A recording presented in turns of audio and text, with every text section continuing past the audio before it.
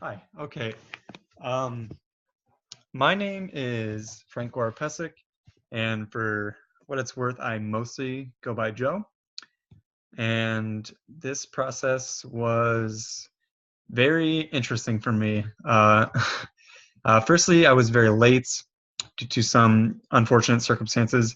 And secondly, my entire first attempt at the project was not resembling enough really of what was asked for.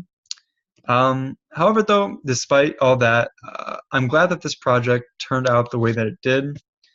Being able to go at it a second time gave me a lot of confidence. I feel like I might not have had the first time I did the whole thing, and the second time I just feel like I was better able to exude and embody like the tone that I really wanted to, get across with what I was trying to talk about. And so for that, I'm kind of happy. And as far as content goes, I was pretty happy with what I was able to talk about. I think A Raisin in the Sun is a work that says a lot about like a past situation that still has a lot of resemblance to what's going on now and probably will be happening with a certain demographic of people in America. And so I think that getting that out there was something I was really happy about. And the way that I did it, I was really happy about because that's one of my favorite arts of literature, and I was able to like finally talk about it in a sense, like an academic sense that I've never been able to do before. And so I felt like I was putting a little bit of passion in it, and I was pretty happy with how that came out. Mhm.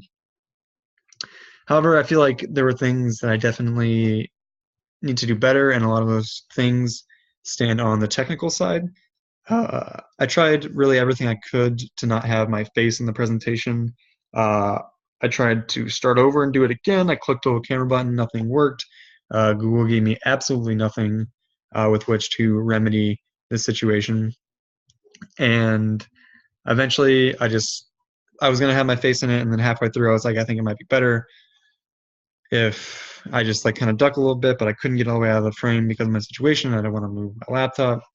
And so the whole thing was just kind of crappy, and I didn't really know how to manage it to make it better because I didn't really want my face on it. I thought it was a big distraction in any way that was on there. And so I feel like that was a pretty big flaw, just like an eyesore to my project.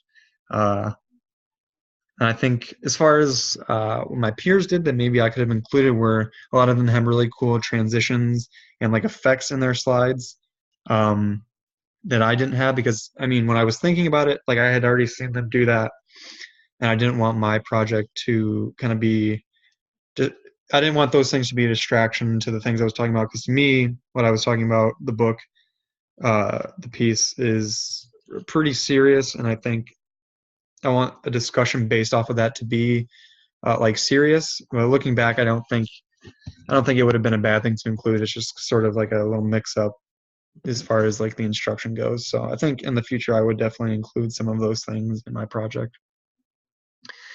And lastly, I think overall, it's just a good format is what I might have learned about the project for a variety of reasons. Like say, if I ever needed to be absent from class for any reason, I could use this medium to get a lesson across, kind of present to the class absently, and just have maybe like a sub sit there and make sure everyone was paying attention because I think I can do just as good of a job, move my hands and stuff like that through this medium as I could like being in the front of the class. Maybe not as good, but like very, very similar.